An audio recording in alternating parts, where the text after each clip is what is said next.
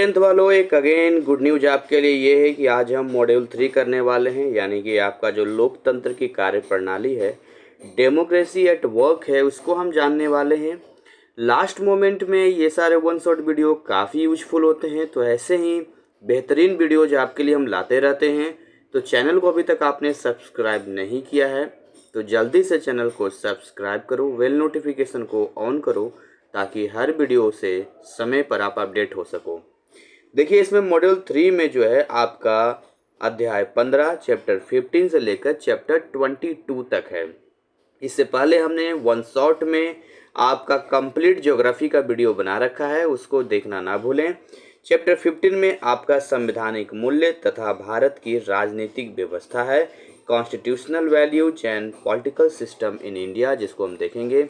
Chapter 16 जो आपका है वो फंडामेंटल राइट्स है एंड फंडामेंटल ड्यूटीज है, मौलिक अधिकार और मौलिक कर्तव्य। चैप्टर 17 जो आपका है भारत एक कल्याणकारी राज्य, इंडिया अ वेलफेयर स्टेट। चैप्टर 18 जो है वो स्थानीय शासन तथा क्षेत्रीय शासन है, local government and field administration. Chapter 19 जो है वो राज्य स्तर पर शासन है, government at the state level. Chapter 20 जो है वो केंद्रीय स्तर पर शासन है, governments at the union level. Chapter 21 जो आपका है वो राजनीतिक दल तथा दबाव समूह है, political parties and pressure groups. And आखिरी जो चैप्टर आपका 22 है वो जनता की सहभागिता तथा लोकतांत्रिक प्रक्रिया है, peoples participation in the democratic process. तो हमारा प्रयास रहेगा कि हम 1 2 3 4 5 6 7 8 चैप्टर्स को वन शॉट में कंप्लीट करें। अगर ऐसा नहीं हो पाता है तो मैं इसको 2 पार्ट में लाऊंगा और 2 पार्ट में आपका कंप्लीट कर दूंगा। तो सबसे पहले हम शुरुआत करते हैं अपने चैप्टर 15 से, जिसमें आपका सबसे पहला चैप्टर जो लिखा है वो लिखा है constitutional values and political system in India. Bharat में देखिए क्या है, लोकतंत्र होता है। सबसे पहले बेसिक हम समझेंगे कि लोकतंत्र, जिसको इंग्लिश में हम लोग डेमोक्रेसी कहते हैं, बचपन से सुनते आ रहे हैं, बट एक्चुअली इसका मतलब क्या है। देखिए, ऐसा है कि अगर आप पुराने समय में जाएंगे तो पुराने समय में आपने सुना था कि राजा महाराजा होते थे, और राजा महाराजा के बाद जो है उनके जो पुत्र होते थे, उनके जो घर के लोग होते थे, वही राजा बनते थे। यानी कि एक सिलसिला चलता था कि एक ही परिवार जो है पीढ़ी दर पीढ़ी जो है राज्य करेगा, और बाकी जनता जो है बस एक जनता ही बनकर रहेगी। तो अब ऐसा था कि उस स्थिति में जो है उसको हम लोग राजतंत्र के नाम से जानते हैं। समय बदला, बदलते समय के साथ हमने लोकतंत्र को चुना। लोकतंत्र का मतलब होता है, इसको जनतंत्र भी कहते हैं, गणतंत्र भी कहते हैं। लोकतंत्र का मतलब लोगों का तंत्र है। लोगों का तंत्र का मतलब है कि लोग जो है जनता में से कोई भी जो है अपना पार्टी बना सकता है, वो खड़ा, मतलब ये है ना कि उम्मीदवार के रूप में खड़ा हो सकता है। और अब जनता के पास चॉइस होगा कि एक से ज़्यादा लोग हैं, वो सबसे ज़्यादा बहुमत जिनके पास आएगा, यानी सबसे ज़्यादा जनता जिसे वोट देगी, वो जो है वहाँ का शासन करने वाला होगा। राजा तो फिर भी नहीं होगा, लेकिन शासन करने वाला होगा। तो लोकतंत्र में सबसे अच्छी बात ये होती है कि हमें मौका मिलता है कि छोटे निकाय से लेकर, यानी कि गांव और पंचायत और छोटे छोटे जो जहां आप मोहल्ला है वहाँ से लेकर एक बड़े देश के प्रधानमंत्री तक का हमारे पास विकल्प होता है कि हम किस व्यक्ति को बहुमत में जिताकर अपने देश का प्रधानमंत्री या वार्ड सदस्य या चेयरमैन बनाना चाहते हैं, ताकि वो व्यक्ति जो है हमारे लिए कार्य कर सके। कार्य कर सके मतलब जो भी हम टैक्स भरते हैं वो टैक्स जो जमा होता है, फिर उन टैक्स का जो सदुपयोग होगा, यानी हमारे सड़क बनेंगे, गली मोहल्ले बनेंगे, नाली बनेगा, शिक्षा हो गया, स्वास्थ्य हो गया। तो एक सिस्टम है ना सारा। अब देखते हैं शादी विवाह होता है तो उसमें हर आदमी हर काम तो नहीं करता है, लेकिन उसमें एक आदमी हेड होता है जिसके ऊपर सारी जिम्मेदारी होती है कि कहाँ किचन का सामान है, खाना बन रहा है तो कितना कितना बजट जा रहा है, टेंट वाला है तो क्या है। तो एक आदमी के ऊपर बजट होता है जो यही सब करता है। दूल्हा दुल्हन तो अभी इस सब में टेंशन नहीं लेते ना, वो तो अपना एंजॉय करते हैं, बाकी लोग भी एंजॉय करते हैं। तो वैसे ही देश चलाते हैं, बिल्कुल घर चलाने जैसा है। घर भी चलाते हैं तो आप, हो सकता है आप टेंशन ना लेते हैं, आपके मम्मी पापा या कोई दादा दादी बड़े बुजुर्ग चाचा हों जो घर चलाते हों, मामा हों, जो इस चीज़ को लेकर घर में कहाँ कैसे आ रहा है, कितना मैनेजमेंट हो रहा है। तो भाई मैनेजमेंट करने के लिए एक व्यक्ति को लेना जरूरी होता है। तो छोटे लेवल से लेकर बड़े लेवल तक का एक व्यक्ति पूरे देश को तो नहीं चला सकता ना। तो छोटे छोटे टुकड़ों में बांट दिया जाता है और हर जगह से जो है छोटे लेवल से लेकर बड़े लेवल तक उम्मीदवार खड़े होते हैं, उनको जीत मिलती है। तो जैसे यहाँ पर देखिए ये है पब्लिक अपनी, है ना। अब इस पब्लिक को ध्यान से देखिए, तो ये जो अपनी पब्लिक है, ये पब्लिक क्या करती है, अपने वोट के जरिए जो है एक व्यक्ति को यहाँ पर क्या करती है, जीत दिलवाती है। तो जैसे ये व्यक्ति जीत जाता है तो अगले 5 सालों के लिए ये अपने कार्य प्रणाली में होता है, वो अच्छा काम करे या बुरा काम करे, अब ये तो उसके हाथों में है, बीच में आप चेंज नहीं कर सकते हैं। बहुत विशेष परिस्थिति होती है तो उस समय सरकार गिरती है, इसका और कोई ऐसा विकल्प नहीं होता है। तो कहने का मतलब ये हुआ कि ये आपके पास मौका तो है, अगर ये लोकतंत्र नहीं होता तो आपके पास तो ये मौका होता ही नहीं फिर चुनने का या बाकी चीज़ों करने का। तो भारत में जो बेसिकली राज्य या राष्ट्र के संदर्भ में संविधान है, मेरे हमारे पास एक संविधान है। अब संविधान क्या है यहाँ पर समझिए। यहाँ पर तो देखिए, हर खेल को खेलने के लिए एक नियम की ज़रूरत होती है। तो वैसे ही लोकतंत्र को चलाने के लिए भी जो है हमारे पास एक लिखित दस्तावेज है, कानून है, जिसका नाम है संविधान, है ना, कॉन्स्टिट्यूशन, संविधान। तो संविधान एक वो नियमों का किताब है जिसके अंदर वो सारे चीज़ें लिखी गई है कि कौन सी सज़ा करेगा तो कितना उसको जेल होगा, या किस चीज़ को, किस नेता को कितना काम करना चाहिए, कितने साल के रहना चाहिए। तो भारतीय संविधान के बारे में हम पढ़ेंगे कि भाई भारतीय संविधान ऐसा नहीं है कि एक बार में बन गया है, पूरी दुनिया में जहाँ जहाँ से भी जिन जिन देशों में अच्छी बातें लगी वहाँ से लाया गया। उसके बाद भारत में वाद विवाद हुआ और उसके बाद जो है एक संविधान लिखित रूप में दस्तावेज तैयार हुआ और उसी को हम जो है मानते आ रहे हैं। ऐसा नहीं है कि संविधान में जो चीज़ें लिखी गई है वो नहीं बदल सकती है, बीच बीच में इसका संशोधन होता रहता है। बहुत सारे नियम कानून जो है आप देखते हैं अपडेट होता रहता है। वो सारी चीज़ें हम पढ़ेंगे और जानेंगे इसमें कि कैसे होता है, क्या होता है, सारी चीज़ें हम लोग जानेंगे। तो कोई चिंता करने वाली बात नहीं है यहाँ पर। तो अब हमारे पास जो है संविधान के बारे में हमारे पास है, तो आइए संविधान को लेकर हम कुछ बातें कर लेते हैं। तो भारतीय संविधान हमारा एक कॉन्स्टिट्यूशन ऑफ इंडिया जो है वो ये है कि यह राज्य के विभिन्न मुद्दों तथा सरकार के अंग कार्यकाल, मतलब क्या सरकार होगा, कैसे उसका काम है, विधायिका, न्यायपालिका, 3 इसमें हमारे पास होता है लोकतंत्र में। एक कार्यपालिका, न्यायपालिका, विधायिका। देखिए न्यायपालिका का जो काम होता है वो क्या होता है, वो न्याय दिलवाने का काम होता है लोकतंत्र में। अगर आप इसको कैटेगराइज करेंगे यहाँ पे, तो यहाँ से आपको 3 तरह की चीज़ें मिलेगी। अगर हम ये लिखते हैं कि हमारा लोकतंत्र है ये, ठीक है ना, ये हमारा लोकतंत्र है, तो 3 यहाँ पर फॉर्मेट मिलता है।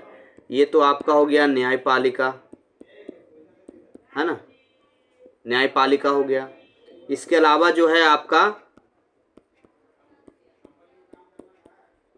कार्यपालिका हो गया, और एक जो आपका हो गया वो विधायिका हो गया।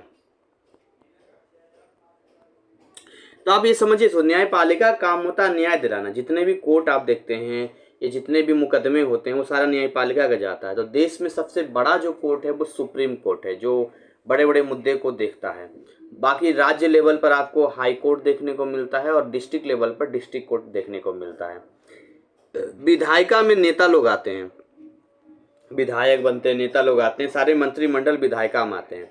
कार्यपालिका में जैसे IAS ऑफिसर हो गया, पुलिस हो गए, या बाकी ऑफिसर्स हो गए जो इस चीज़ को, उनके नियम, मतलब जितने भी नियम कानून को कैसे फॉलो करवाना है, कैसे क्या करना है, वो सारे कार्यपालिका में आते हैं। तो ये अपना लोकतंत्र का ये सिस्टम है जिसमें ये सारी चीज़ें आपको देखने को मिलती है। तो वही कहता है कि भाई वह राज्य के विभिन्न मुद्दे हैं, सरकार के अंग हो गया, कार्यकारिणी हो गया, विधायिका हो गया, न्यायपालिका हो गया, इनकी संरचना हो गया, इनका अधिकार हो गया, इन सभी चीज़ों को ये परिभाषित करता है और नियमित करता है। कौन? तो ये अपना कॉन्स्टिट्यूशन ऑफ इंडिया, जो कॉन्स्टिट्यूशन है अपना इंडिया का यहाँ पर, ठीक है ना। इसके अलावा यह नागरिकों के अधिकारों एवं उनकी स्वतंत्रता का प्रावधान करता है। नागरिक का अधिकार, तो भैया नागरिक का अधिकार क्या है, तो आपका देखिए, आपका स्वस्थ हॉस्पिटल जा सकते हैं, फ्री वहाँ आपको मिलेगा। 14 वर्ष की आयु तक जो है आप फ्री एजुकेशन ले सकते हैं। ऐसे बहुत सारी चीज़ें हैं जो कि नागरिकों का अधिकार है। तो अब नहीं कोई मानता है या कुछ करता है तो आप बोलते हैं ना कि हम भाई इसमें जो है कोर्ट में जाएंगे, केस करेंगे। तो केस करेंगे तो जो जज होता है उसमें जो बोलता है मिलॉर्ड ये इस तरीके से है, जज देखता, तो वो संविधान के हिसाब से तो होता है अपना। तो वो तो सनी देओल में हो उसका डायलॉग हो गया फिर तो, तारीख पे तारीख, तारीख पे तारीख, कब तक होगी तारीख है, ऐसे करके जाता है। चलिए आगे बात करते हैं। हमारा देश भारत का संविधान दुनिया का सबसे बड़ा संविधान है। हमारे संविधान में अधिकार एवं कर्तव्यों का वर्णन बड़े सुंदर ढंग से किया गया है। भारतीय संविधान के अनुसार भारत के लोगों को ही अंतिम रूप में सर्वोच्च अधिकार प्राप्त है। अंतिम रूप में, अल्टीमेट जो पावर है ना, वो पब्लिक के पास है। यहाँ तक कि राष्ट्र के सर्वोच्च पदों पर आसीन राष्ट्रपति और प्रधानमंत्री भी अपनी मनमानी नहीं कर सकते हैं। वो भी नियमों के अनुसार ही चलेंगे और वो भी जनता के प्रति जवाबदेह होते हैं। भारत का संविधान इसके द्वारा स्थापित व्यवस्था के बुनियादी उद्देश्यों को परिभाषित करता है। जो हमारा फंडामेंटल, जो बुनियादी उद्देश्य, जो हम किस पर्पस से हम देश चलाना चाह रहे हैं। भाई हमें संविधान बनाया गया कि देश शांति तरीके से चले, देश में किसी प्रकार की कोई भी दिक्कत ना हो, तो उसी के लिए हम काम करेंगे। तो इसके द्वारा भारत में एक संपूर्ण लोकतांत्रिक, समाजवादी एवं पंथ निरपेक्ष गणतंत्र की स्थापना की गई। देखिए, संपूर्ण मतलब सब मिलजुल कर रहे हैं। लोकतांत्रिक मतलब हो गया कि जनता ही वोट से चुनेगी। समाजवादी मतलब पूरे समाज पे देखा जाएगा, हर किसी इंडिविजुअल, किसी एक का स्वार्थ या किसी एक का लाभ नहीं देखा जाएगा। और पंथ निरपेक्ष का मतलब हो गया किसी भी धर्म विशेष को स्पेशल नहीं रखा जाएगा, सभी धर्मों को समान अधिकार दिए जाएंगे। सो किसी देश का संविधान अनेक उद्देश्यों को पूरा करता है। हो सकता है अलग अलग देशों का अपना अपना कॉन्स्टिट्यूशन हो, अलग अलग संविधान हो। यहाँ कुछ ऐसे आदर्शों को निर्धारित करता है जो ऐसे देश का आधार बनाते हैं। जिसे हम बोल सकते हैं कि हम नागरिक हैं और हम देश में रहते हैं, तो हमारी उम्मीदें होती हैं इससे कुछ भी कोई गलत नहीं कर सकता जी। क्यों? क्योंकि हमारे पास लिखित संविधान है।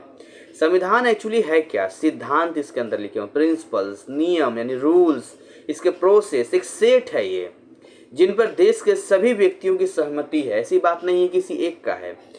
भारतीय संविधान में भी कुछ ऐसी केंद्रिक संवैधानिक मूल्य निहित है जो संविधान की आत्मा है, और उसको अगर आप हटा देंगे तो फिर संविधान संविधान नहीं रह जाएगा। और वो बुनियादी मूल्य कौन से हैं? तो वो बुनियादी मूल्य हैं संप्रभुता, यानी सब मिलजुल कर रहेंगे, समाजवाद, पंथ निरपेक्ष, लोकतंत्र, गणतांत्रिक प्रकृति, न्याय सबके साथ होना चाहिए, किसी के साथ कोई गलत नहीं होना चाहिए। कोई मजबूत है और कोई कमजोर है तो ये नहीं कि वो उसको जबरदस्ती जो है वो उसको परेशान करेगा। स्वतंत्रता सबके पास है, कोई गुलामी नहीं है। समानता है, बंधुत्व है, मानवीय गौरव है और राष्ट्र की एकता एवं अखंडता है। यानी कि कोई अगर कहता है कल को कि हम अलग देश बनाएंगे, हम ये करेंगे वो करेंगे, इसकी आज़ादी संविधान नहीं देता है। देश में जितने भी राज्य हैं उन सबको मिलजुल कर आगे चलना होगा। संवैधानिक मूल्य भारतीय संविधान के सभी विशेषताओं में व्याप्त है। यानी ये लिखित संविधान हमारे पास है, मूल अधिकार है, नीति निर्देशक तत्व भी हमारे पास है, कौन से गाइडलाइन है, कौन से रूल्स फॉलो करने हैं। और सबसे बड़ी बात है कि हमारे पास दोनों चीज़ें दी गई, मौलिक अधिकार के साथ साथ मौलिक कर्तव्य भी दिया गया। फंडामेंटल राइट्स अगर आपको दिया गया है तो फंडामेंटल ड्यूटीज भी दिया गया है। अगर आप अपने घर में रहते हैं, खाते हैं, पीते हैं, तो आपकी कुछ जिम्मेदारी भी बनती है अपने घर के प्रति। ठीक उसी प्रकार आप देश में रहते हैं, खाते हैं, पीते हैं, तो आपके जो सरकार से लाभ मिलना है वो तो मिलेगा ही मिलेगा, लेकिन आपकी भी कुछ ड्यूटीज बनती है, आपके भी कुछ क्या बनते हैं, ऐसे कर्तव्य हैं जिसको आपको निर्वाह करना होगा। लेकिन कुछ लोग नहीं करते हैं। जैसे टैक्स देना होता है, एक हमारा ड्यूटी है, तो सब लोग देते हैं क्या? नहीं देते हैं। एकल नागरिकता और मूल अधिकार। एकल नागरिकता का मतलब ये नहीं कि कोई दिल्ली में है तो उसका एक दिल्ली वाला है बिहार में जाएगा तो फिर नहीं चलेगा, बिहार वाला मुंबई में जाएगा तो नहीं चलेगा, मुंबई वाला गोवा में, ऐसा नहीं होता। ये पूरे इंडिया का एकल नागरिकता है, सिंगल आपको मिलता है। सार्वभौम वयस्क मताधिकार, 18 साल से या उससे ऊपर के जितने भी एडल्ट हैं वो सभी जो है अपने स्वेच्छा से, अपने इच्छा से, अपनी मनपसंद व्यक्ति जो उम्मीदवार खड़े हैं उनको वोट दे सकते हैं।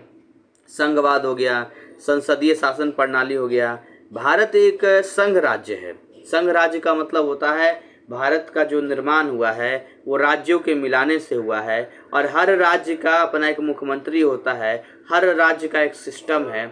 और ये जो केंद्र सरकार है वो हर राज्य में, मतलब किसी भी राज्य को जबरदस्ती कोई भी काम नहीं करने को कह सकती है, तो स्वतंत्र है, इसलिए इसको बोलते हैं संघवाद है, संघ राज्य है। क्योंकि यहाँ एक लिखित संविधान है और द्विपोषणीय सरकार है, केंद्र सरकार भी है, राज्य सरकार भी। ध्यान दीजिएगा, ऐसा नहीं है कि कोई प्रधानमंत्री के पद पर है वो केंद्र सरकार में, तो वो किसी भी राज्य में जाके ऑर्डर बजाएगा, तानाशाही करेगा, ऐसा बिल्कुल नहीं होगा। हाँ, अपनी स्वेच्छा से अगर कोई राज्य का मुख्यमंत्री उस प्रधानमंत्री की बात को मानते हैं तब तो ठीक है, लेकिन उनके अकॉर्डिंग चलना कोई मजबूरी नहीं है। लेकिन हाँ, संविधान के लिखित नियमों को सभी को मानना होगा, चाहे वो प्रधानमंत्री हो चाहे वो मुख्यमंत्री हो। केंद्रीय सरकार राज्य सरकार के बीच में शक्तियों का विभाजन है, पावर्स का डिवीजन किया गया है। और बिल्कुल हमारा जो न्यायपालिका है, जो मैं यहाँ पर बता रहा हूँ, ये जो हमारा न्यायपालिका है बिल्कुल स्वतंत्र है। मतलब किसी के ऊपर इसका दबाव नहीं है। ये प्रधानमंत्री ये नहीं बोल सकते कि हमारे फेवर में दो, मुख्यमंत्री ये नहीं बोल सकता कि हमारे फेवर में दो। ये बिल्कुल स्वतंत्र है, अपनी मर्जी से जो भी इसको सही लगेगा वो देगा। संविधान द्वारा जानबूझकर केंद्रीय सरकार को राज्य सरकारों की अपेक्षा ज़्यादा शक्तिशाली बनाया गया है। थोड़ा सा केंद्र सरकार को ज़्यादा शक्तिशाली बनाया, उसको पूरा देश को नियंत्रण करना होता है। पर मैं अगेन बोल रहा हूँ, कोई तानाशाही वाली व्यवस्था यहाँ पर नहीं है। भारत में केंद्र तथा राज्य दोनों स्तर पर संसदीय शासन प्रणाली है। चाहे देखिए, संसद क्या होता है, पार्लियामेंट होता है, वहाँ पर क्या होते हैं, जो उम्मीदवार चुनकर जाते हैं वहाँ पर वोटिंग होती है, वहाँ पर वो बैठते हैं, कौन सा नियम आएगा, कौन सी क्या जाएगी, सारी डिस्कशन वहाँ पर होता है, सारा बातचीत वहाँ पर होता है, इसको समझिएगा। सो राष्ट्रपति राजाध्यक्ष नाम मात्र की कार्यकारिणी है। प्रधानमंत्री मंत्रिपरिषद के अध्यक्ष होते हैं। इसके अलावा जो है आप देखेंगे कि मंत्रिपरिषद संसद के प्रति उत्तरदायी होता है, क्योंकि सारे नियम कानून वहीं से चलते हैं। तो आपने संविधान का अर्थ वगैरह सारा जान लिया है। कुछ इन्फॉर्मेशन आपको देते चलता हूँ।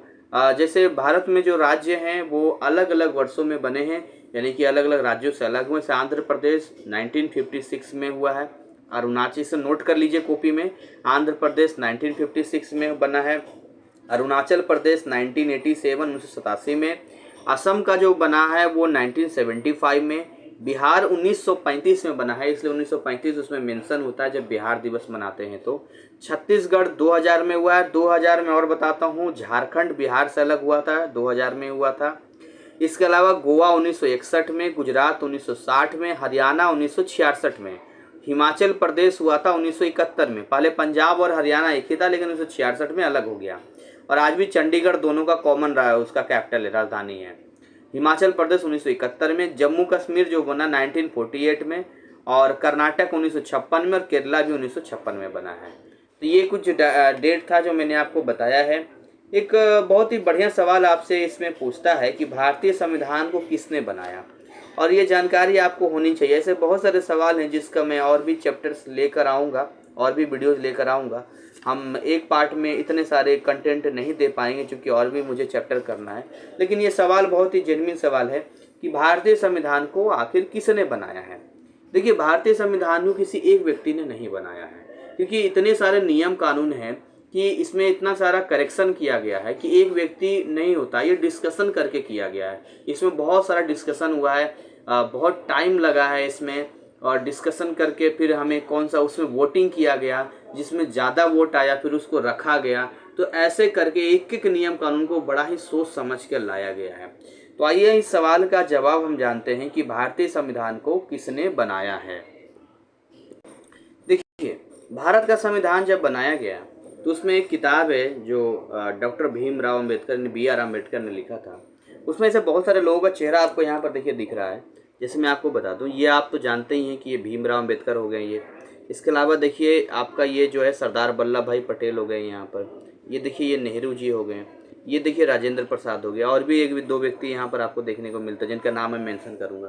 तो कहने का मतलब ये मेन व्यक्तियों के चेहरे यहाँ पर है, लेकिन इसमें और भी बहुत सारे लोग थे जो मिलजुल कर जो है सब वाद विवाद हुआ और उसमें डिस्कशन होकर फिर चीज़ें गई है। तो सुनिएगा जो मैं आपको बताऊँगा।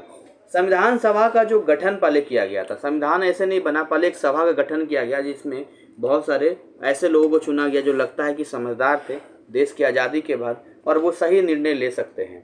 तो संविधान सभा का गठन भारत के प्रमुख समुदाय सदस्यों द्वारा किया गया। अब हर व्यक्ति से तो नहीं पूछा जा सकता था कि भाई बताइए नियम कानून, तो तो बहुत लंबा समय चला जाता। तो उसमें से जो जो लोग चुनकर आए थे ना, जो मेन थे, किसी भी एक एरिया से, एक स्टेट से, एक राज्य से, उनको लिया गया। तो सभा में विभिन्न प्रदेशों के सदस्यों को शामिल किया गया। अलग अलग सदस्य जितने थे प्रदेश के, सबको किया गया। और जनसंख्या के अनुसार 10 लाख की आबादी पर एक सदस्य बनाया गया। जितनी भी जनसंख्या उस समय थी, तो 10 लाख की आबादी पे एक आदमी को उठाया गया कि उन 10 लाख वे लोगों के बारे में बताएंगे जो भी है। तो संविधान सभा की जो पहली बैठक हुई थी वो 9 दिसंबर 1946 को हुई थी। ये डेट याद रखिएगा, ये डेट जरूर मेंशन आपको करना है कि संविधान सभा को जो पहला हुआ था आपका, सबसे पहला जो बैठक हुआ था फर्स्ट, वो हुआ था 9 दिसंबर 1946, है ना। 9 दिसंबर 1946 को सबसे पहला बैठक हुआ था, शुरुआत हुआ था, और संविधान सभा ने सर्वसम्मति से डॉक्टर राजेंद्र प्रसाद को इसका अध्यक्ष नियुक्त किया था। तो ये जो आपको डॉक्टर राजेंद्र प्रसाद ये दिख रहे हैं, ये जो दिख रहे हैं यहाँ पर, इनको अध्यक्ष बनाया गया था। संविधान सभा के ये अध्यक्ष थे, ठीक है ना। पूछेगा कौन थे, तो डॉक्टर राजेंद्र प्रसाद, जो कि भारत के पहले राष्ट्रपति भी रहे हैं।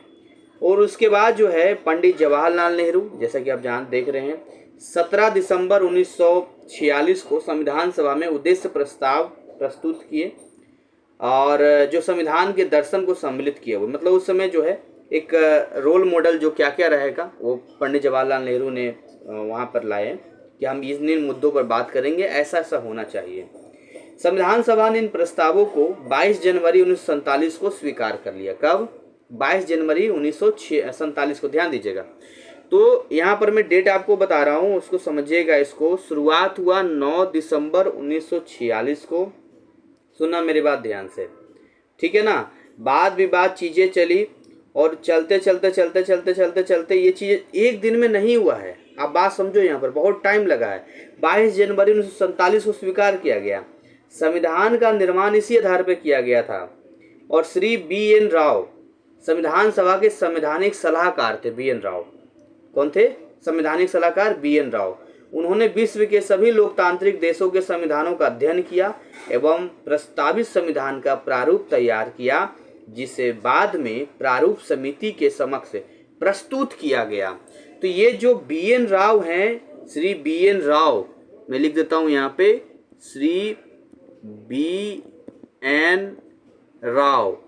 BN राव जो है एक ऐसे व्यक्ति रहे जिन्होंने पूरी दुनिया में जितने भी संविधान थे, पूरी दुनिया में जितने संविधान थे, जहाँ जहाँ भी था, सबको स्टडी किया, सबको देखा, एक सलाहकार के रूप में थे, और वो सारी चीज़ें बताई कि ऐसा ऐसा करोगे अच्छा रहेगा। ध्यान दीजिएगा, कई लोगों को कन्फ्यूजन होता है कि पर्सनल ये व्यक्ति पढ़ के आया, ये व्यक्ति इसने किया। हर व्यक्ति का अपना अपना रोल है, लेकिन ये देखिए BN राव के बारे में सब नाम छुपा हुआ है, जबकि एक्चुअली में BN राव जो थे उन्होंने संवैधानिक सलाहकार के रूप में थे, और पूरी दुनिया में जिन जिन अच्छे अच्छे देशों में संविधान था उस सबको स्टडी किया। बहुत बड़ी बात है, स्टडी किया, और स्टडी करके फिर चीज़ों को बताया कि आप ऐसा करोगे ज़्यादा अच्छा रहेगा, ये लोगे ज़्यादा अच्छा रहेगा। और स्वतंत्रता के पश्चात संविधान सभा ने एक प्रारूप समिति का गठन किया, जिसके सदस्यों की संख्या 7 थी। एक 7 लोगों का प्रारूप तैयार किया, जिसमें 7 लोग ही केवल थे, ध्यान दीजिएगा इसमें। और उसमें फिर जो 7 लोगों में थे उसमें BR अम्बेडकर, इसके ये जो BR अम्बेडकर आपको दिख रहे हैं, कलर हम चेंज कर लेते हैं, ये जो BR अम्बेडकर आपको दिख रहे हैं, ये अपने बहुत रिस्पेक्टेड पर्सन हैं। इनको जो है 7 जो सदस्य बनाया गया, इनको फिर अध्यक्ष बनाया गया। तो ध्यान दीजिएगा कौन किसका अध्यक्ष है। बाद में जो अध्यक्ष, जो 7 प्रारूप समिति बना था, उसका अध्यक्ष भीमराव अम्बेडकर थे, और जो शुरुआत में जो गठन हुआ था संविधान सभा का, उसके जो संविधान सभा के अध्यक्ष थे वो डॉक्टर राजेंद्र प्रसाद थे।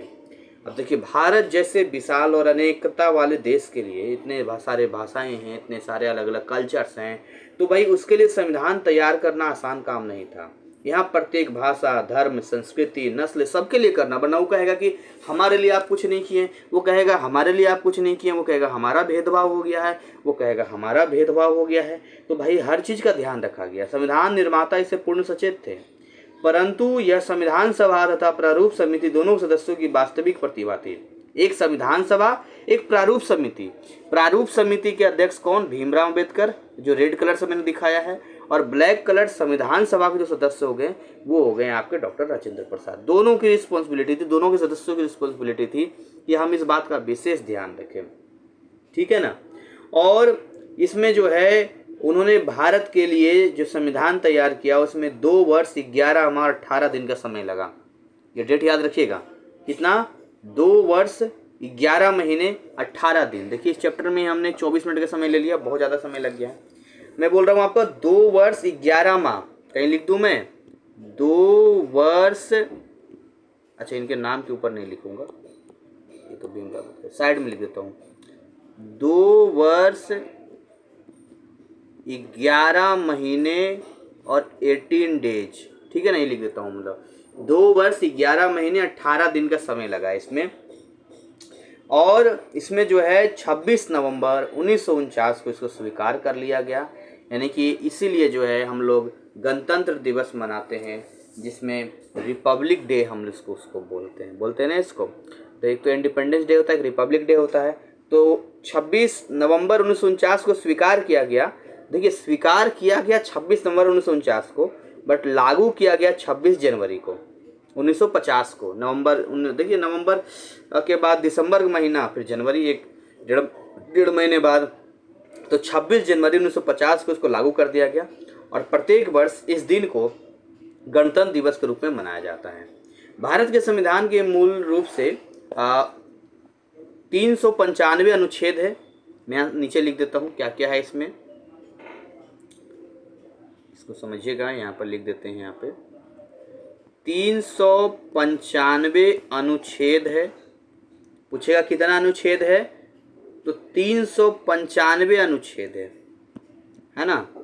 395 अनुच्छेद है, 22 भाग है इसका, 22 भाग है, 8 अनुसूचियां हैं, 8 अनुसूची है। तो ये ध्यान दीजिएगा कि ये चीज़ें हैं। और देश का संविधान एक जीवित तत्व है। इसमें अब तक 100 से ज़्यादा बार संशोधन किया जा चुका है। संशोधन का मतलब जानते क्या होता है, अभी मैंने आपको बताया है कि समय के साथ वो संविधान उस समय को देखते हुए बनाया गया था। बट समय को देखते हुए जब जनता के हितों के लिए कुछ ऐसे डिसीजन लेने होते हैं, जब लगता है कि पुराने नियम कानून अब हमारे कुछ ही काम में नहीं है, ये दिक्कत थोड़ा अपडेट करना चाहिए, तो ऐसे समय समय पर बीच में जो है एक सहमति से, किसी एक व्यक्ति के निर्णय से नहीं, एक सहमति से जो है वोटिंग करके एक नियम से, एक तरीके से जो है संविधान में संशोधन किया जाता है। तो अब तक 100 से अधिक बार संशोधन किया जा चुका है। तो ये जो चैप्टर था, देखिए इसी में इसने 27 मिनट ले लिया है। आइए हम अगले चैप्टर पे आते हैं। नेक्स्ट चैप्टर की हम तैयारी करते हैं। क्या हमारा नेक्स्ट चैप्टर है, मौलिक अधिकार और मौलिक कर्तव्य के बारे में है, उसके बारे में देखते हैं। सो नेक्स्ट चैप्टर यहाँ जो आपका है, यहाँ पर हम लोग कर लेते हैं। ये आपका है chapter 16। This is your chapter 16 और ये है मौलिक अधिकार। कौन सा चैप्टर है ये? देखिए, कोई भी 1 शॉट वीडियो 1 घंटा से ज़्यादा का मैं नहीं बनाता हूँ। अब उसमें जितने चैप्टर आ जाएं, मौलिक अधिकार तथा मौलिक कर्तव्य, ठीक है ना। मौलिक अधिकार तथा मौलिक कर्तव्य। तो हमें जब राइट्स दिए गए हैं, फंडामेंटल राइट्स इसको बोलते हैं हम लोग, फंडामेंटल राइट्स। अगर हमें राइट दिया गया है तो फंडामेंटल ड्यूटीज भी हमारे पास हैं। ये नहीं है कि हमारे पास खाली राइट से ड्यूटीज नहीं है। एक देश के नागरिक को कुछ अधिकार प्राप्त होते हैं। इन अधिकारों के अलावा प्रत्येक नागरिक के कुछ मौलिक कर्तव्य भी होते हैं, जिसका पालन करना उनके लिए आवश्यक होता है कि नहीं। सो इसके अतिरिक्त एक देश में कुछ ऐसे लोग भी रहते हैं जिन्हें वहाँ की नागरिकता प्राप्त नहीं होती, ऐसे लोग भी हैं। और अधिकार किसी व्यक्ति द्वारा अपेक्षित ऐसे अधिकार हैं जो उसके स्वयं के व्यक्तित्व के विकास के लिए आवश्यक है, आपके खुद के लिए जरूरी है। वो समझिए, सामान्यतः हम लोग सोचते हैं कि अधिकार समाज और संस्कृति के कैसे भी है हम कर लेंगे, नहीं, ये स्तंभ है। जैसे घर बनता है तो नींव होता है ना, ये बिल्कुल उस तरीके से है। और अधिकार के साथ कर्तव्य एक दूसरे के पूरक है। अगर आप कहते हैं ना कि अगर आप किसी से अधिकार रखते हैं कि वो हमें खर्च करेगा, तो आपकी भी ड्यूटी बनती है कि एक समय आने पर जब उसे ज़रूरत हो तो आप जो है उसको वो चीज़ें देंगे। इस बात का आपको भी ध्यान रखना पड़ेगा। अदरवाइज आप तो अपना अधिकार यूज कर लेंगे, लेकिन जब उसकी ज़रूरत होगी तो आपका भी कुछ कर्तव्य बनता है, ठीक है ना। तो एक दूसरे के पूरक हैं भाई, और ठीक से पालन करना बहुत ही ज़रूरी है। अधिकार वे हैं जो हम अपने लिए दूसरों द्वारा किए जाने की संभावना करते हैं, और कर्तव्य वो है जो हमारे प्रति जो हम दूसरों के प्रति करते हैं। हमारे लिए जो कर रहा है वो तो हम ले ही रहे अधिकार, लेकिन हम जो दूसरे के लिए करेंगे वो तो क्या हो गया, वो आपका कर्तव्य हो गया। भारत संविधान के खंड 3 में ऐसे अधिकारों का प्रावधान है। संविधान भारतीय नागरिकों को 6 मौलिक अधिकार देता है। और कौन कौन अधिकार है मैं यहाँ पर लिख देता हूँ। 6 मौलिक अधिकार है, मैं लिख रहा हूँ यहाँ पर, ध्यान दीजिएगा। सबसे पहला जो यहाँ पर अधिकार आपको दिया जाता है वो दिया जाता है समानता का अधिकार। मैं खाली समानता लिख देता हूँ, इक्वलिटी, आपको समानता का अधिकार है। दूसरा जो यहाँ पर आपको अधिकार दिया जाता है वो आपका है स्वतंत्रता का अधिकार, लिबर्टी, स्वतंत्रता, फ्रीडम, जो भी आप कह लीजिए, ठीक है ना, आपका स्वतंत्रता का अधिकार है। तीसरा जो है वो शोषण के विरुद्ध है। अगर आपके साथ शोषण होता है या किसी के साथ शोषण होता तो उसके विरुद्ध जा सकते हैं। पहले की तरह नहीं है, जैसे अंग्रेज लोग थे या जो भी लोग था तो उसमें जो है वो कुछ भी करते, तो शोषण के विरुद्ध दिया है। अगला आपको बड़े ही स्वेच्छा से देता है कि आपका जो है धार्मिक स्वतंत्रता है। आप अपनी इच्छा से जो है कोई भी धर्म को अपना सकते हैं और अपनी इच्छा से उसको फॉलो कर सकते हैं। तो आपको जो है धार्मिक स्वतंत्रता का भी अधिकार देता है। तो कितने, 4 हो गए। 5वां जो है संस्कृति और शिक्षा का अधिकार है। आप अपने हिसाब से कोई भी कल्चर अपना सकते हैं, इसमें कोई भी कल्चर अपनाने में कोई ज़बरदस्ती नहीं है। तो संस्कृति एंड शिक्षा, कोई भी एजुकेशन आप ले सकते हैं जो कि मान्य है भारत सरकार के द्वारा। और 6ठा जो है संवैधानिक उपचारों का अधिकार है। अगर लगता है कि संविधान में कुछ ऐसी चीज़ें हैं जिनको बदलाव करने की ज़रूरत है, चेंज करने की ज़रूरत है, तो भी जो है संवैधानिक उपचार यहाँ पर हो सकता है। ये तो खैर संवैधानिक उपचार बड़े नेता करते हैं, लेकिन अगर आम जनता के लिए संवैधानिक उपचार करें तो आपको कोई परेशान करता है तो संविधान से आप अपना उपचार कर सकते हैं। संविधान आपकी दवाई है। कोई भी समस्या आपको होती है तो वो संविधान ही है जो इतना धारा, इतना सेक्शन, ये इस तरह से जो है आपकी चीज़ों को ठीक करता है। तो ये 6 आप याद रखिएगा, समानता का अधिकार, स्वतंत्रता का अधिकार, शोषण के विरुद्ध अधिकार, धार्मिक स्वतंत्रता का अधिकार, संस्कृति शिक्षा का अधिकार और संवैधानिक उपचारों का अधिकार। भारत में सभी लोगों को कानून का समान संरक्षण तथा कानून के समक्ष समानता उपलब्ध कराने के लिए 5 प्रावधान किए गए हैं, ठीक है ना। और वो कौन कौन से प्रावधान है मैं यहाँ पर लिख देता हूँ। देखिए मैं लिखता हूँ वो कौन कौन से ऐसे प्रावधान हैं जो कानून को बचाने के लिए किया गया है। सबसे पहला जो यहाँ पर किया गया है वो किया गया है कानून के समक्ष समानता। देखिए कानून के नज़र में सब बराबर है, कानून के समक्ष जो है वो है समानता। कोई ऐसा नहीं, चाहे वो बड़ा से बड़ा कोई व्यक्ति हो या प्रधानमंत्री क्यों ना हो, कानून की नज़र में सभी बराबर हैं। तो ये आपका हो गया कानून के समक्ष समानता। अगर हम दूसरा बात करते हैं, सेकंड नंबर की बात करते हैं, धर्म, है ना, धर्म हो गया। मूल वंश, जाति, लिंग, जन्म के आधार पर कोई भेदभाव नहीं है। धर्म हो गया, मूल वंश, कोई दुश्मनी किसी का पहले से हो सकता हो तो नहीं कर सकता है। जाति, ये छोटी जाति है, ये ऊंची जाति है, ये तो घटिया मानसिकता ऐसे कुछ लोगों का होता है। लिंग के आधार पर ये स्त्री है, ये पुरुष है। या जन्म के स्थान के आधार पर, या जन्म के स्थान के आधार पर जो है कोई भेदभाव नहीं होगा। ध्यान दीजिएगा, कोई भेदभाव नहीं है, ये ध्यान देना है आपको। सार्वजनिक रोजगार के मामलों का अधिकार आपको दिया है। आप कहीं भी रोजगार कर सकते हैं, कोई रोक थोड़ी नहीं रखा है आपको। तो सार्वजनिक रोजगार, जो रोजी रोजगार करते हैं कि नहीं करते हैं लोग, बिजनेस करते हैं, रोजगार, सार्वजनिक रोजगार देता है आपको अवसर है। छुआछूत का उन्मूलन, कोई छुआछूत नहीं कर सकता है जी। छुआछूत बोलते हैं ना कि भाई टच हो गए नहाना पड़ेगा, ये है वो है। तो छुआछूत का उन्मूलन, खत्म करना है, ये संविधान में लिखा है, छुआछूत का उन्मूलन। और आखिरी जो 5वां यहाँ पर है वो है उपाधियों का उन्मूलन। उपाधि मतलब देखते हैं गांव पड़ोस में होते हैं, अरे ये फलना है, ये फलना है, उसी को मानते आ रहे हैं। नहीं, जो नियम कानून है उस पर चलेंगे। ये पुराने उपाधियों से नहीं काम चलेगा। आप जमींदार का समय था जब था, अब चला गया, अब कोई राजा बाबू नहीं है और ना ही कोई यहाँ पर कुछ इस तरीके का है। ये 5 आप याद रखिएगा, कानून को बचाने के लिए किया गया है। कानून के समक्ष समानता, धर्म, मूल वंश, जाति, लिंग या जन्म के स्थान के आधार पर कोई भेदभाव नहीं है, सार्वजनिक रोजगार है, छुआछूत का उन्मूलन और उपाधियों का उन्मूलन है। संयुक्त राष्ट्र की महासभा द्वारा 1948 में मानव अधिकारों को अंगीकृत किया गया। ह्यूमन राइट्स यानी मानव के अधिकार के लिए मानव अधिकारों का सार्वभौमिक घोषणा पत्र सुनिश्चित किया गया। इनमें से अनेक मानवाधिकारों को भारतीय संविधान में मौलिक अधिकारों में स्थान दिया गया, ताकि जो हमारी ड्यूटीज़ हैं वो अच्छे से हम कर सकें। ऐसे मानवाधिकार जिनमें हम कह सकते हैं कि मूलाधिकार में नहीं हो सका, उन्हें समाविष्ट किया गया है राज्य के नीति निर्देशक तत्व में। जो बच गए वो राज्य के नीति निर्देशक तत्व में डाल दिया। अगर हम बात करते हैं 1976 की, तो 1976 में संविधान में एक संशोधन हुआ था और वो नंबर था 42वां संशोधन। इससे पहले 41 बार संशोधन हो चुका था। तो 1976 में 42वें संविधान संशोधन में भाग 4 अनुच्छेद 51(10) मूल कर्तव्यों का उल्लेख किया गया।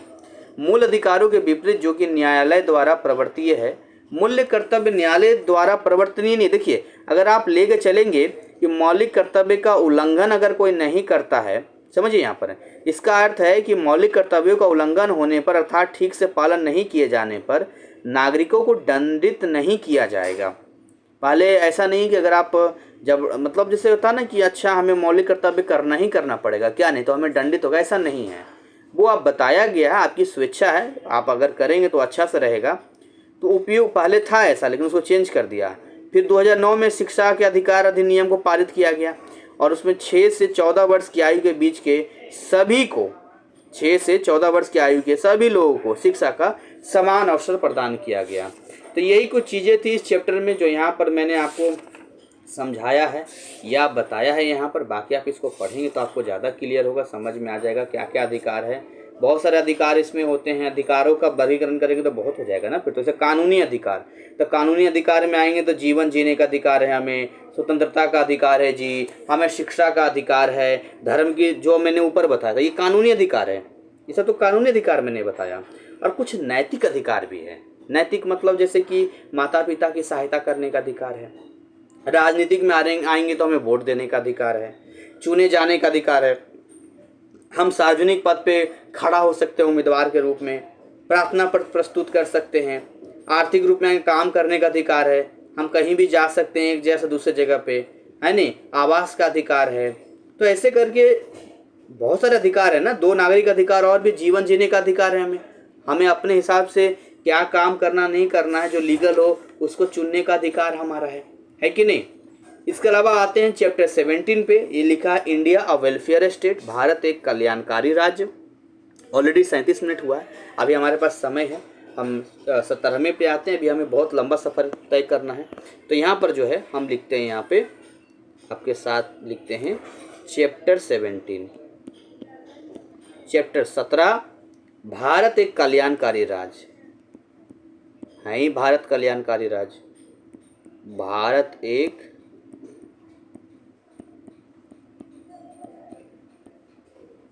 कल्याणकारी, बहुत लंबा खींच दिया इधर है, कल्याणकारी राज्य, ठीक है ना। India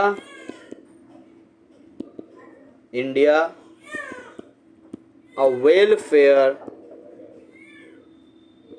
welfare state. अब इसमें हम लोग देखते हैं कि क्या क्या कंटेंट ऐसे हैं जो इस चैप्टर में है, जो हमें पढ़ना है, समझना है, देखना है। तो यहाँ पर कल्याणकारी का मतलब होता है जो सबके लिए भला करे, सबके लिए अच्छा सोचे। तो भारत में तो शासन व्यवस्था है ही नागरिकों के हिसाब से, ताकि उनके जितने भी आर्थिक और सामाजिक कल्याण को बढ़ाया जा सके।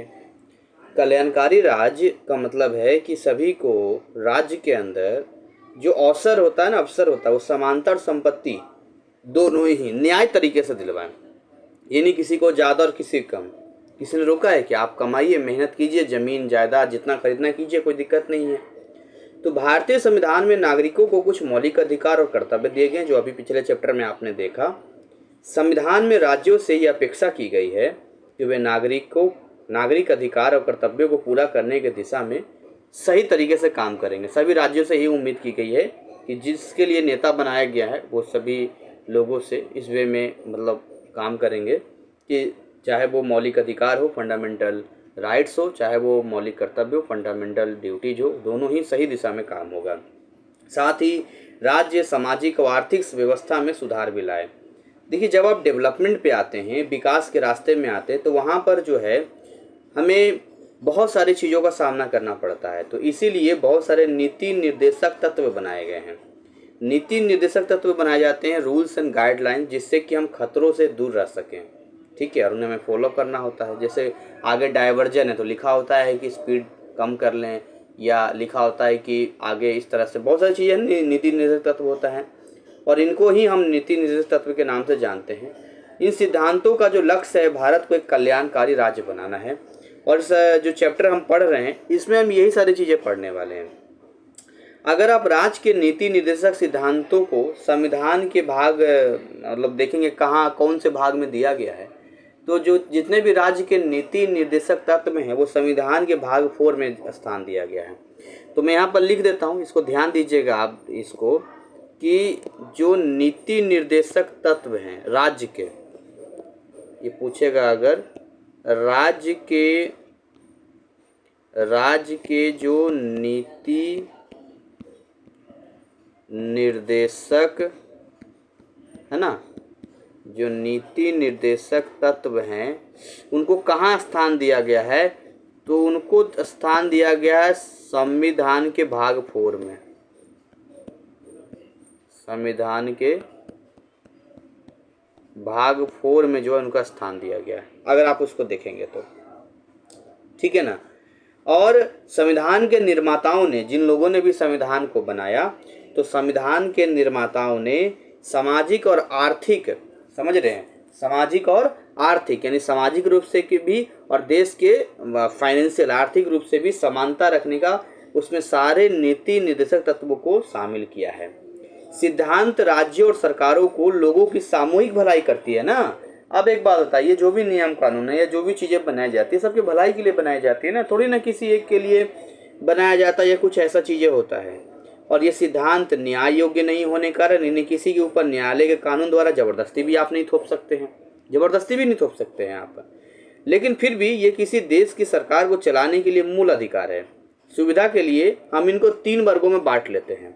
ठीक है, पहला जो इसमें दिया है सामाजिक और आर्थिक, दूसरा है गांधीवादी, और तीसरा है विविध निर्देशक तत्व। तो 3 यहाँ पर है जिसको हम यहाँ पर बांट लेते हैं। नंबर 1 जो यहाँ पर आपका दिया है वो दिया है सामाजिक और आर्थिक। जो नीति निर्देशक तत्व आप पढ़ रहे हैं उसमें एक सबसे पहला है सामाजिक और आर्थिक, सामाजिक और आर्थिक। दूसरा जो यहाँ पर नीति निर्देशक तत्व में दिया गया है वो दिया गया गांधीवादी। ठीक है ना, गांधीवादी। और तीसरा जो है विविध निर्देशक सिद्धांत और भी बनाए गए हैं वो दिए गए हैं। इस चैप्टर में अगर आप डिटेल में जाएंगे तो ये इनके बारे में डिटेल आपको पढ़ना पड़ेगा। विविध निर्देशक सिद्धांत। ठीक, चलिए, तो नीति निर्देशक सिद्धांत में जैसे एजुकेशन ले लीजिए, शिक्षा की व्यापकता, बाल मजदूरी कोई नहीं कर सकता है उसको ख़त्म करना है, स्त्रियों में सुधार लाना है, इस पर भी ध्यान देना पड़ेगा, और एक कल्याणकारी राज्य की स्थापना और आर्थिक सामाजिक लोकतंत्र की संरचना का निर्माण भी हमें करना है।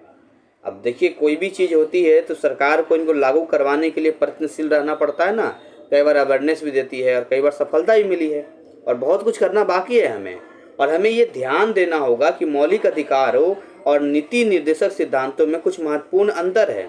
अगर आप मौलिक अधिकार की बात करते हैं तो वो आपका अधिकार है, आप लेंगे ही लेंगे, आप मतलब आपके ऊपर है। पर अगर नीति निर्देशक सिद्धांतों की बात करते हैं तो वो गाइडलाइन होता है जो कि पूरे एक मतलब दोनों में डिफरेंस है, एक नहीं है ना। वो मौलिक अधिकारों की न्याय योग्यता स्वाभाविक रूप से नकारात्मक है। ठीक है, जब नीति निर्देशक सिद्धांत न्याय योग्य नहीं है और स्वाभाविक रूप से सकारात्मक है, यानी कि आप नीति निर्देशक तत्वों को बताया जाता है और मौलिक अधिकार, दोनों में आपको फर्क समझना होगा। वो आपका फंडामेंटल है, यानी आपको चाहिए तो चाहिए, और ये आपका नीति निर्देशक तत्व क्या होता है। तो भाई नीति निर्देशक तत्व जो होता है एक आप बोल सकते हैं कि एक गाइडलाइन की तरह है जिसको आपको ऐसे करना चाहिए, ये चीज़ें करनी चाहिए। ये 2 अलग अलग बातें हैं।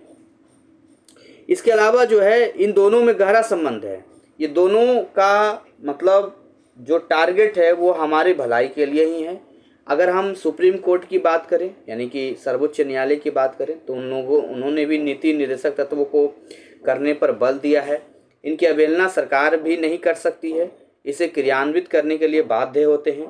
देखिए जैसे दोनों का अंतर फिर से समझाता हूँ। मौलिक अधिकार मौलिक अधिकार आपका है ना। अब मौलिक अधिकार आप नहीं भी लेंगे तो चलेगा, लेकिन नीति निर्देशक तत्व आपको फॉलो करना ही करना है, एकदम आपको करना पड़ेगा। मैं तो कोई भी सरकार इसका अवहेलना भी नहीं कर सकता है। और वास्तव में अधिकार और कर्तव्य एक ही सिक्के के दो पहलू हैं, मैंने आपको पहले ही बताया था यहाँ पर। तो यही कुछ चैप्टर इसमें है, इसमें कुछ दिया गया था। ऑलरेडी यहाँ पर 45 मिनट्स हो चुका है और इसमें सारी चीज़ें दी गई है, क्या क्या चीज़ें यहाँ पर है। सारा योजना महात्मा गांधी राष्ट्रीय रोजगार गारंटी 5 वर्ष का होता है, सेव टाइगर सर्व शिक्षा अभियान 5 वर्ष का। तो ये सारी चीज़ें चलता रहता है। भ्रष्टाचार की ओर पत्र वगैरह लिखिए, ये सारे कुछ हैं इसमें जो देख लीजिएगा थोड़ा आप। बाकी मैं और एक स्पेशल एक चैप्टर का बना के लाऊंगा। अभी तो मैं एक समराइज कर रहा हूँ मोटा मोटी, ताकि कम टाइम में जो है आप कुछ लिख सकें, कम टाइम में आप समझ सकें। अगला चैप्टर हमारा स्थानीय शासन और क्षेत्रीय प्रशासन है। आइए इसको हम समझते हैं कि क्या हम स्थानीय शासन में हम बात करते हैं। यहाँ पर स्थानीय शासन बहुत ही इम्पोर्टेंट है, क्योंकि अगर स्थानीय शासन के बारे में अगर हम नहीं पढ़ेंगे तो हमें ये पता ही नहीं चलेगा कि स्थानीय निकाय क्या होता है, स्थानीय शासन क्या होता है। फिर हम पढ़ेंगे राज्य स्तर पे शासन, फिर राज्य स्तर पे शासन क्या होता है। तो यहाँ पर हम लिखते हैं चैप्टर 18। बहुत ही इंटरेस्टिंग चैप्टर है, इसको समझिएगा, मज़ा आएगा पढ़ने में आपको। और यहाँ हम लिख रहे हैं चैप्टर 18। और चैप्टर 18 जो है हमारा वो लोकल गवर्नमेंट के बारे में पढ़ना है। आप जहाँ रहते हैं आपको पता होना चाहिए कि स्थानीय शासन क्या है। कभी मेयर का चुनाव होता है, कभी मुखिया का चुनाव होता है, वो डिपेंड करता है। तथा क्षेत्रीय प्रशासन, ये सब मालूम होना चाहिए, लेकिन लोग ध्यान नहीं देते हैं इसका, तो अलग बात है इसका। यानी कि local government and field administration. देखिए अगर हम इस पे आते हैं तो स्थानीय स्वशासन सरकार का तीसरा स्तर है। केंद्र सरकार, राज्य सरकार और स्थानीय बहुत सारे हैं। पहला दूसरा तो आपको मैंने बता ही दिया, केंद्र सरकार और राज्य सरकार है। दो प्रकार के स्थानीय निकाय होते हैं, एक तो ग्रामीण का होता है, दूसरा शहरी का होता है। ये दो तरीके का होता है। एक तो ग्रामीण का होता है, ग्रामीण में मुखिया सरपंच वगैरह आता है, और दूसरा जो होता है वो शहरी का होता है। इनमें संशोधन भी किया गया, ऐसी बात नहीं कि संशोधन नहीं किया गया, इसका पूरा संशोधन किया गया है इसका। ये आपका शहरी का हो गया यहाँ पर। तो ग्रामीण और शहरी दोनों का हम पढ़ेंगे यहाँ पर, ठीक है ना। तो जैसे कि आप आते हैं पंचायती राज व्यवस्था, ग्रामीण क्षेत्रों में पाया जाता है। ग्रामीण क्षेत्र में आएंगे तो यहाँ पर आपको मिलेगा पंचायती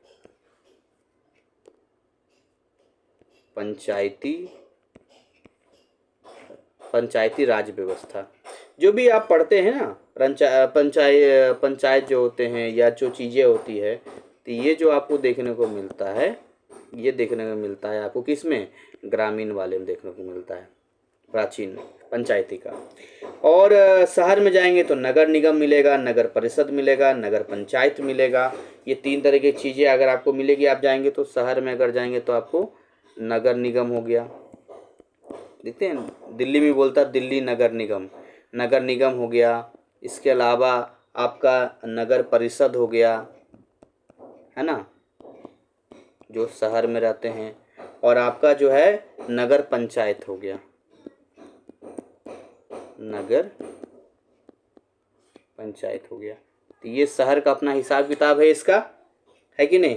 तो शहरों में स्थानीय शासन की संस्थाएं होती है, जिसे नगर पालिकाएं और नगर निगम कहा जाता है, जो आपने देखा। एक शहर क्षेत्र सामान्य तौर पर अधिक आबादी वाला और सुगठित क्षेत्र होता है, बहुत आबादी होता है। सो नगर पालिका प्रशासन आधारभूत सुविधाएं, जैसे कि वहाँ पर जल का सप्लाई करना है, पानी निकास हो गया, कूड़ा ले जाना है, जन स्वास्थ्य है, प्राथमिक शिक्षा है, सड़क का निर्माण करना है, रख रखाव करना है, सफाई करना है, ये काम करता है। देखिए स्थानीय शासन का हमारे जीवन में बहुत ही महत्वपूर्ण स्थान होता है, क्योंकि आपको कोई दिक्कत होगा तो आप मुख्यमंत्री से तो नहीं बात करने जाएंगे। तो जो आपके जो कम एरिया में जो आपके नज़दीकी जो भी आपके यहाँ से जो उम्मीदवार जीते हैं उनसे आप बात कर सकते हैं, वो तो आप ही के बीच रहते हैं। क्योंकि इसके द्वारा जिन कार्यों का संपादन किया जाता है वो हमारे दिनचर्या का भाग होता है। कूड़ा भर जाएगा तो आप कैसे, आप किसको बोलने जाएंगे? तो जो जिताए हैं उसको जाकर बोलिए कि भाई कूड़ा यहाँ भर गया, इसको ले जाओ, यहाँ से पानी नहीं आ रहा है। तो इन कार्यों का संपादन अगर नहीं होता है तो शहरों में लोगों को पीने के लिए स्वच्छ पानी नहीं मिलेगा, नहीं कूड़े तक गंदगी से निजात मिलेगी। अगर एक दिन भी किसी शहर में पीने का पानी बंद कर दी जाए तो हाहाकार मच जाएगा। तो इसी तरह अगर कोई सफाई कर्मियों की हड़ताल होती है तो शहरों में कूड़े का ढेर लग जाता है, इससे जीना दुर्भर हो जाता है। तो इस तरह शहरी स्थानीय शासन की सेवा के बिना हम एक दिन भी नहीं काट सकते हैं। तो उसी तरह से जब गांव में आते हैं आप, तो पंचायती राज स्थानीय स्वशासन की ऐसी प्रणाली है जिसमें लोग विकास एवं जिम्मेदारी स्वयं लेते हैं। महात्मा गांधी ने कहा था स्वतंत्रता के लिए अहिंसा का मार्ग दिखाया था। उन्होंने कहा था मैंने एक स्वप्न देखा है राम राज्य का जो कि पूर्ण होगा स्वर्णिम ग्रामीण राज्य से। यानी अगर हर गांव जो है वो समृद्ध होगा, हर गांव में अगर पंचायती राज व्यवस्था सही होगा तो देश जो है गांव से बना हुआ है तो ऑटोमेटिक सही हो जाएगा। वे कहते हैं कि ग्राम स्वराज्य से मेरा अभिप्राय है पड़ोसी अपनी सभी महत्वपूर्ण आवश्यकताएं हेतु एक दूसरे का सहयोग करे, एक दूसरे की मदद करे। अगर पड़ोसी पड़ोसी का नहीं करेगा तो कौन करेगा? देखिए 2 संशोधन हुआ था इसमें, इसको समझिएगा। 1992 में एक 73वां संशोधन हुआ था, एक 74वां संशोधन हुआ था। 73वें संशोधन जो हुआ था उसमें पंचायती राज व्यवस्था यानी ग्रामीण का किया गया था, और 74वें संशोधन में जो है वो शहरों का किया गया था। तो 73वें संशोधन अधिनियम 1992 में पंचायतों को स्वशासन का संवैधानिक दर्जा प्रदान किया गया। पहले वो स्वशासन में नहीं आते थे, यानी कि ऊपर से जो भी ऑर्डर मिलेगा केवल वही फॉलो करना है, लेकिन आप जाके स्वशासन में आ गए, खुद से वो डिसीजन या शासन कर सकते हैं। 73वें संशोधन द्वारा प्रत्येक राज्य में शासन के 3 स्तरीय ढांचे को स्वीकार किया गया। 3 स्तर मतलब पंचायत, पंचायत समिति और जिला परिषद। समझ रहे हैं? पंचायत, पंचायत समिति, जिला परिषद। मैं लिखता हूँ यहाँ पे, सो समझिएगा मैं क्या लिख रहा हूँ यहाँ पर। देखिए 73वां संशोधन लिख रहा हूँ यहाँ पर मैं, 73वां संशोधन। तो 73वें संशोधन में आएंगे तो देखिए सबसे पहले क्या बनेगा यहाँ पर, ये देखिए मैं आपको क्लियरली बता रहा हूँ यहाँ पे। सबसे पहले आपका जो हो गया वो जिला परिषद हो गया। तो भाई साहब जो जिला परिषद है वो किससे मिलके बना होता है? तो जिला परिषद जो है वो बिना होता है पंचायत समिति से। बहुत सारे पंचायत समिति मिलते हैं तो जिला परिषद बनता है। और एक पंचायत समिति जो है वो बहुत सारे पंचायतों से मिलकर बना होता है ना। और एक पंचायत में 3, 4, 5 जितने भी गांव आते हैं वो गांव आते हैं। तो इस तरीके से जो है आप देखते हैं कि पंचायतों के मिलने से पंचायत समिति बनता है, पंचायत समितियों के मिलने से जिला परिषद बनता है यहाँ पे। तो देश भर के पंचायती राज के ढांचे की बुनियादी जो है ग्राम पंचायत है। सबसे तो यही यूनिट हो गया, सबसे छोटा ग्राम पंचायत हो गया और सबसे छोटा इकाई है, ठीक है, और सबसे नज़दीक आप इसी में रहते हैं। तो पंचायत समिति आती है, ग्राम पंचायत के कार्य का पूरा काम होता है। पंचायती राज सबसे उच्च श्रेणी में जिला परिषद हो गया इसका। तो पंचायती प्रणाली के प्रमुख सलाहकारी, पर्यवेक्षी, समन्वयकारी, बहुत सारे एजेंसीज है, बहुत सारे लोग हैं जिसमें काम करते हैं। अगर शहरी और ग्रामीण निकाय के हम निकटतम हैं तो सही मायने में तृणमूलीय लोकतांत्रिक संस्थाओं की हैसियत से, मतलब ये जो 3 आप देख रहे हैं, ये जो सिस्टम देख रहे हैं पंचायत, पंचायत समिति और जिला परिषद का आप देख रहे हैं यहाँ पे। देखिए यहाँ पर भी तो था, यहाँ पर उसमें था ना, वहाँ पर नगर पंचायत हो गया, नगर निगम हो गया, नगर परिषद हो गया, उसमें भी बना हुआ है, शहर का भी तो बना हुआ है उसमें। तो उसमें भी चीज़ें जाती है, लेकिन कुछ चुनौतियों का भी सामना करना पड़ता है। जैसे जातिवाद, जो जाति का आ गया उसको काम जल्दी कर दिया, भ्रष्टाचार, पैसा लेकर काम कर रहा है, गड़बड़ कर दिया, लोगों के लिए उदासीनता, उसके लिए अच्छा है उसके लिए नहीं है, ये सब नहीं होना चाहिए। जबकि और जिलाधीश की अध्यक्षता में जिला प्रशासन न केवल अपने पारंपरिक कार्य से कानून व्यवस्था बनाए रखना है, टैक्स समय पर लेना है, फिर केंद्र सरकार राज्य सरकार के साथ भी कनेक्ट होना है, ये सारे काम उसमें होते हैं इसमें। तो वही इसमें लिखा हुआ है। पहले तो कि ग्राम पंचायती हमारे यहाँ होता था और ग्राम पंचायत में ही सारी चीज़ें जाती थी यहाँ पर, तो उसका तो कोई इशू नहीं है। वो सारे इसमें सवाल पूछेगा, जिलाध्यक्ष का क्या है, उसका जिलाधीश के मुख्य कार्य बताइए, नगर निगम की आप आय का स्रोत क्या है, यही सब पूछता रहता है। स्थानीय निकाय क्यों जरूरी है? स्थानीय निकाय नहीं होगा तो सब दिक्कत हो जाएगा। किसको जाकर कौन बोलेगा, पता चलेगा? नहीं पता चलेगा। यही सब है इसका डिटेल। फिर आपने देखा शहरी निकाय में आएंगे यहाँ पर, तो 74वां संशोधन हुआ था शहरी निकाय का। तो 74वां देखिए यहाँ पर लिख देता हूँ मैं, 74वां संशोधन, 74वां संशोधन हुआ था। ये हुआ था शहरी का, किसका हुआ था? शहरी का हुआ था 74वां संशोधन। तो इसमें जो संशोधन किया गया, तो इसमें सबसे पहले आपको नगर निगम मिलेगा। देखिए जैसे आप इसमें देखिएगा ना, नगर निगम जो है वो कानून के अंतर्गत आता है, राज्य विधानमंडल पारित करता है, संघ शासित करता है। तो इसमें जो है जो नगर निगम होते हैं वो 5 वर्ष के अंतराल पर लोग चुनते हैं ना, इसमें जिसके मेयर या महापौर कहते हैं। नगर निगम की आप बात करते हैं, मेयर चुना जाता है या महापौर चुना जाता है, ये मालूम होना चाहिए आपको। नगर परिषद देश में प्रत्येक राज्य ने नगर पालिकाओं के कार्य ढांचा के लिए प्रशासन के लिए जो है इसको बनाया है। और जनसंख्या 50,000 या 50,000 से अधिक या 5 लाख तक है, तो 5 लाख है ना ये, हाँ 5 लाख है, तो उनके लिए एक नगर परिषद बना दिया। ठीक है, नगर परिषद बन गया। और नगर समिति तो जानते हैं कि 50,000 से कम है तो नगर परिषद हो गया, यानी कि पहले बनेगा नगर निगम। यहां मैं लिखता हूं नगर निगम,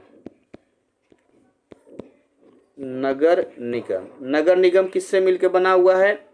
तो नगर निगम मिलकर बना हुआ नगर परिषद से, नगर परिषद के मिलने से बना है। और नगर परिषद किसके मिलने से बना होता है? तो नगर समिति।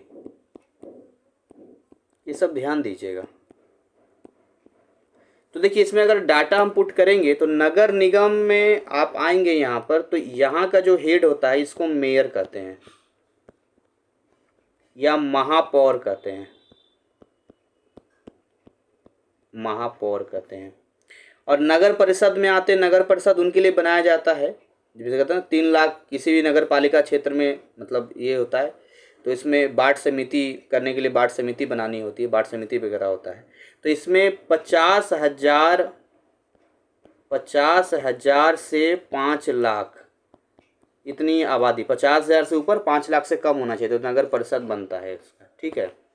और नगर समिति में यहाँ पर आते हैं तो यहाँ पर 50,000 से भी कम अगर होगा तो यहाँ पर नगर समिति बन जाएगा यहाँ पर। ठीक है, सबसे छोटी इकाई ये हो गया नगर समिति। 50,000 से कम भी होगा तो भी हो जाएगा, सबसे छोटा आपका यहाँ पर हो गया। ध्यान दीजिएगा यहाँ पर। तो नगर समिति में लोग जीतते हैं, जैसे जीतते हैं नगर समिति में खड़ा होते हैं तो उसमें आप बहुत सारे लोग जीतते हैं। अभी मेयर का भी हुआ, अभी तो हर जगह होते रहता है, छोटे मोटे लेवल पे चलता रहता है ये। तो उसी के चीज़ों में ये सारे दिया गया। 73वां संशोधन क्या है, 74वां संशोधन क्या है, ये सारी चीज़ें आपसे पूछता रहता है। और देखिए टाइम भी आपका 57 मिनट हो गया है। तो मैं उम्मीद करता हूँ कि ये आपके लिए काफ़ी हेल्पफुल रहा होगा, जिसमें मैंने चैप्टर 15, चैप्टर 16, चैप्टर 17 और चैप्टर 18 कवर किया है। अगले पार्ट में जो है हम इसको आगे का चैप्टर 19वां चैप्टर, जो कि आगे हमें राज्य स्तर पर शासन के बारे में बताएगा, उसके बारे में हम लोग देखेंगे। इसके अलावा 20 केंद्रीय सेंट्रल गवर्नमेंट के बारे में पढ़ेंगे। 21वां जो है वो पॉलिटिकल पार्टीज के बारे में पढ़ेंगे, प्रेशर क्या ग्रुप होता है। और लास्ट में जो पढ़ेंगे पीपल्स का क्या पार्टिसिपेशन है, डेमोक्रेटिक प्रोसेस क्या होता है। तो 4 यानी 8 चैप्टर को 2 भागों में बांट दिया। 4 चैप्टर एक तरफ, 4 चैप्टर एक तरफ, और ये 2 यानी लगभग 2 घंटे में पूरा का पूरा जो है आपका पॉलिटिकल साइंस खत्म हो गया। 1 घंटे में ज्योग्राफी कर दिया। अब ये क्या होता है, मेन चीज़ें होती है। इसको पढ़ने के बाद आप चैप्टर कहीं से पढ़िए, खुद से लिख सकते हैं, कम टाइम में इन्फॉर्मेशन आपको मिलता है, अंडरस्टैंड हो जाता है, आपको समझ में आने लग जाता है, इससे आपको काफ़ी हेल्प मिलता है। तो आप मुझे कमेंट में बता सकते हैं कि हमारा काम आपको कैसा लगा, क्या कुछ कैसा यूजफुल रहा, आगे आप क्या चाहते हैं, क्या मैं आपकी और हेल्प कर सकता हूँ, या हमें कमेंट में बताएंगे तो हम आपके लिए काम कर पाएंगे, वरना हमें कैसे पता चलेगा। कमेंट सेक्शन इसीलिए होता है। और बाकी हमारा नंबर आपको डिस्प्ले पर दिख रहा होगा। तो देखिए जैसे कि आप किसी भी कहीं भी कोई भी हेल्प के लिए जाते हैं तो जैसे कि हर जगह पे आपसे पैसे मांगे जाते हैं, वो यहाँ पर सिस्टम हमारे यहाँ नहीं है। ये जो व्हाट्सअप नंबर हम देते हैं इसलिए देते हैं कि कोई भी समस्या हो या कोई काउंसलिंग हो तो हम फ्री में करते हैं, आपको बताते हैं जो भी हमारा संभव चीज़ें होगा। बाकी अगर हमारा कोई कोर्स वगैरह होता तो छोटा मोटा अमाउंट लेते हैं और आपको उस पर काम करते हैं। तो इसी के साथ अपनी वाणी को हम विराम देते हैं। मिलेंगे इसके अगले पार्ट में, तब तक ऐसे ही हंसते खिलखिलाते मुस्कुराते रहिए। इन चीज़ों को नोट कीजिए, पढ़िए, राइट डाउन कीजिए, एग्जाम में अच्छे नंबर लाइए। Thank you, wish you all the best.